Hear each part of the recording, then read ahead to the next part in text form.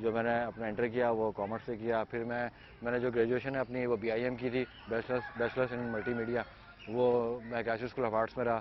پھر میں نے ارینا ملٹی میڈیا جوائن کیا تھا. اس زمانے میں سب سے ایلیٹ کلاس اور سب سے ایڈوانس کورس وہی کراتے تھے, اور وہ ایڈوانس کورس ہوتا تھا فوٹوشاپ.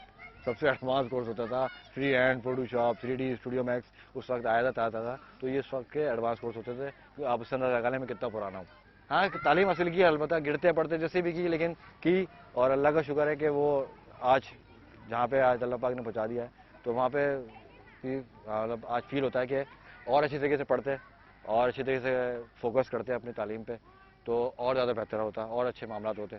تو تعلیم جو ہے نا وہ ایک میرا میسیج سمجھ لیں بڑے بھائی کی طرح, دوست کی طرح.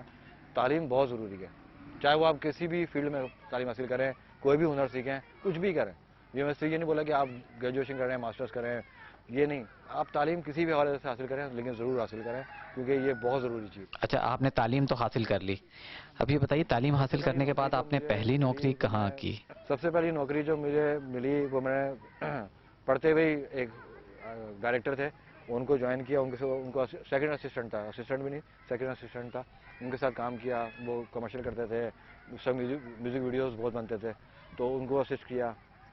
پھر اس کے بعد ایک ایڈورٹائزنگ ایجنسی ان کو جوائن کیا. وہاں پہ کریٹو کا کچھ کام ہوتا تھا, وہاں پہ ایز انٹرنشپ جوائن کیا تھا, انٹرنی وہاں پہ کام کیا. وہاں سے پھر جو پراپر جاب اسٹارٹ کی ایڈیٹنگ کی تھی. میں سب سے پہلے ایڈیٹر بنا. وہ میڈک پروڈکشن تھا. وہ میڈک پروڈکشن میں نے وہاں پہ ایڈیٹنگ سیکھی.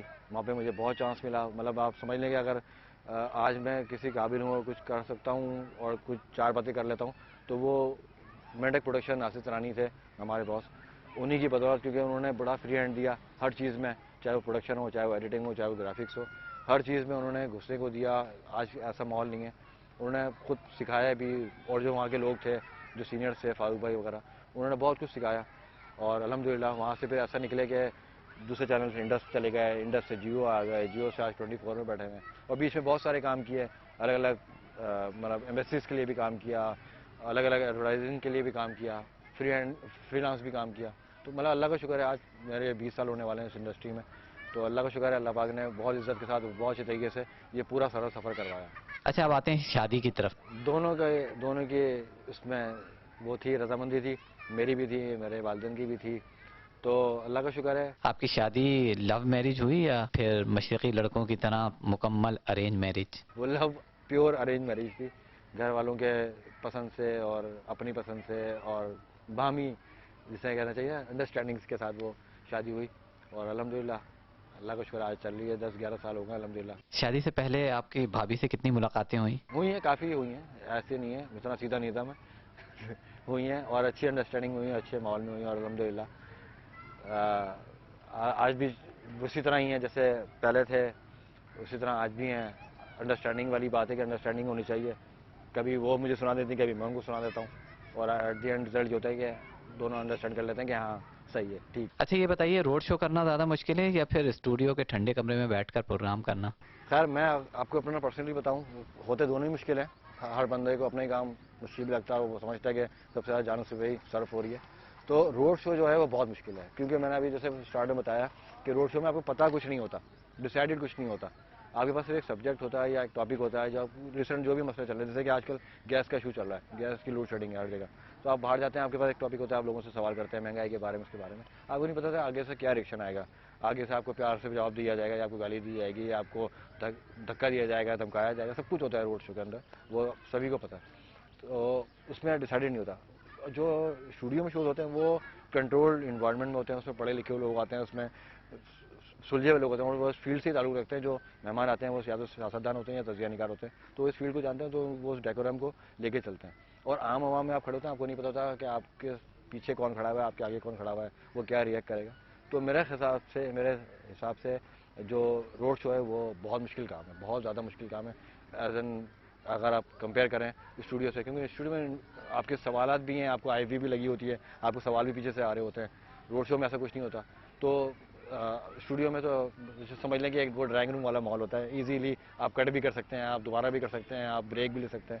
تو روڈ شو میں ایسا کچھ بھی نہیں ہے, آپ پانی بھی نہیں پی سکتے, چائے بھی نہیں پی سکتے. جیو دوست کے بعد عوام دوست کر رہے ہیں, ان دونوں پروگراموں میں سے آپ کو کس پہ زیادہ پذیرائی مل رہی ہے؟ الحمدللہ دونوں پہ ہی پذیرائی ملی, دونوں پہ ہی اللہ پاک نے بڑا ساتھ دیا, بڑی عزت عطا کی اللہ تعالیٰ نے الحمدللہ, اور لوگوں نے بہت پیار دیا دونوں پہ ہی. لیکن جیو دوست کا ایک دیکھیں ٹائم کی بات ہوتی ہے, جب جس زمانے میں جیو دوست آیا اس زمانے میں میڈیا انڈسٹری مطلب آسمان چھو رہی تھی, لوگ بڑے انوالو تھے, بڑی چیزیں تھیں, اور وہ اپنی نوعیت کا پہلا شو تھا جیو دوست, جس میں ویڈیوز دکھا رہے ہیں, جس میں میں تفریح کر رہا ہوں, چل رہا ہوں, کود رہا ہوں, درختوں میں چڑھ رہا ہوں. وہ اپنی نوعیت کا پہلا شو تھا کہ نیوز چینل پہ آپ ایک ایسے عجیب و غریب آدمی کو دیکھ رہے ہیں جو پہاڑوں سے نیچے گزر رہا ہے, لوگوں سے آبے تابے کر کے بات کر رہا ہے. وہ ایک نیچرل تھا, میں نے کبھی بھی نہ وہ بنایا نہ کچھ کیا, وہ میرے اندر ہی یہ ہے کہ میں اگر کسی کو بتاتا ہوں چل رہا ہے میں بول دیتا ہوں, تو وہ لوگ بولتے ہیں پھر کیا ہو گیا, میں بولتا ہوں کچھ نہیں, یہ نیچرل نکلتا ہے.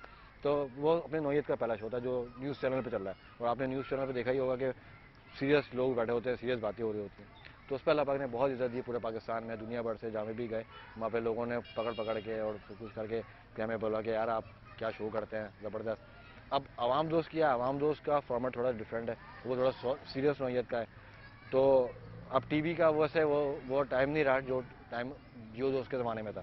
اب ڈیجیٹل دور آ گیا ہے, لوگوں کے پاس ٹی وی دیکھنے کا ٹائم نہیں ہے. جیسے کہ اخبار آبسلیٹ ہو گیا ہے نا, اب لوگ اخبار نہیں پڑھتے, اسی طرح اب ٹی وی بھی اسی ڈومین میں جا رہا ہے. ٹی وی بھی آلموسٹ یہ کہہ سکتے ہیں کہ آبسلیٹ ہو گیا ہے. دیکھتے ہیں لوگ لیکن مطلب کم, مطلب اگر میں اس جنریشن کی بات کروں تو وہ تو میرے خیال سے بالکل نہیں دیکھتے. جو ہم لوگ ہیں, جو ہماری تو فیلڈ ہے خیر, اور جو لوگ ہیں تھوڑے سے بڑے ہم سے ایج میں, وہ لوگ ٹی وی دیکھ لیتے ہیں, نیوز شوز دیکھ لیتے ہیں, ہمارے روڈ شوز دیکھ لیتے ہیں جو سوشل ایشوز پہ ہوتے ہیں. تو تھوڑا ہے فرق نظر آتا ہے آپ کو کہ جب جیو دوست کرتے تھے اور اب عوام دوست کرتے ہیں. پذیرائی ابھی بھی ملتی ہے, محبت ابھی بھی ملتی ہے, اللہ کا شکر ہے, لوگ ابھی بھی ہم سے اسی طرح محبت کرتے ہیں, بڑا خیال کرتے ہیں. کبھی کچھ ہو جاتا ہے تو بڑے سپورٹ کرتے ہیں, روڈ پہ ہی کافی چیزیں ہوتی ہیں, بڑے واقعات ہو جاتے ہیں روڈ پہ, تو لوگ سپورٹ کرتے ہیں, بڑا پیار کرتے ہیں. لیکن بس اب ٹائم کا ڈفرینس ہے, ٹائم. اچھا, مستقبل میں کیا کرنے کا ارادہ ہے؟ مستقبل میں اچھا, اس میں جیو دوست میں ایک چیز میں آپ کو تھوڑی میں اگر ریپیٹ کر لوں وہ چیز بتا دوں آپ کو دوبارہ سے. جیو دوست میں ایک چیز یہ بھی تھی کہ اس میں جو تھی نا, اس میں عوام ڈائریکٹ انوالو تھی.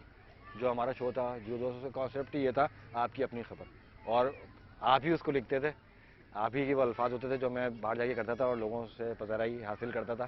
الفاظ آپ کے ہوتے تھے اور داد مجھے ملتی تھی. دیکھیں کیسا ہوتا ہے, رائٹر کو کہا جاتا ہے ہوسٹ, یہ ہوتا ہے ہوسٹ کا کمال. تو اس میں یہ تھا کہ آپ کی اپنی خبر, تو لوگ ڈائریکٹ انوالو اس لیے ہوتے تھے کہ اپنی ویڈیوز بھیجتے تھے اور ان کی نظر ہوتی تھی کہ یار جیو دوست پہ میری ویڈیو آنی ہے. اور 14 اگست ہوتی تھی, عید ہوتی تھی, بقرعید ہوتی تھی, وہ اپنی گائے بکرے دیکھنے کے لیے بیٹھتے تھے. تو اس وجہ سے تھوڑے سے کنیکٹ ہوتے تھے, تو لوگ زیادہ جڑے ہوتے تھے, لوگ زیادہ انوالو ہوتے تھے.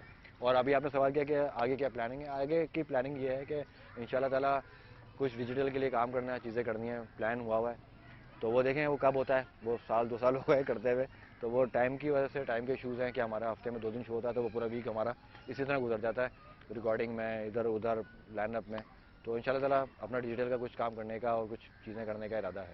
بہت شکریہ آپ کا کہ آپ نے مجھے بلایا اور اتنا ٹائم دیا, آپ لوگوں نے اس قابل سمجھا کہ آپ مجھ سے یہ سوالات کر سکے اور میں آپ لوگوں کے ساتھ بیٹھ سکوں. آپ لوگوں کا بہت شکریہ کہ آپ لوگوں نے مجھے یاد کیا. Thank you so much.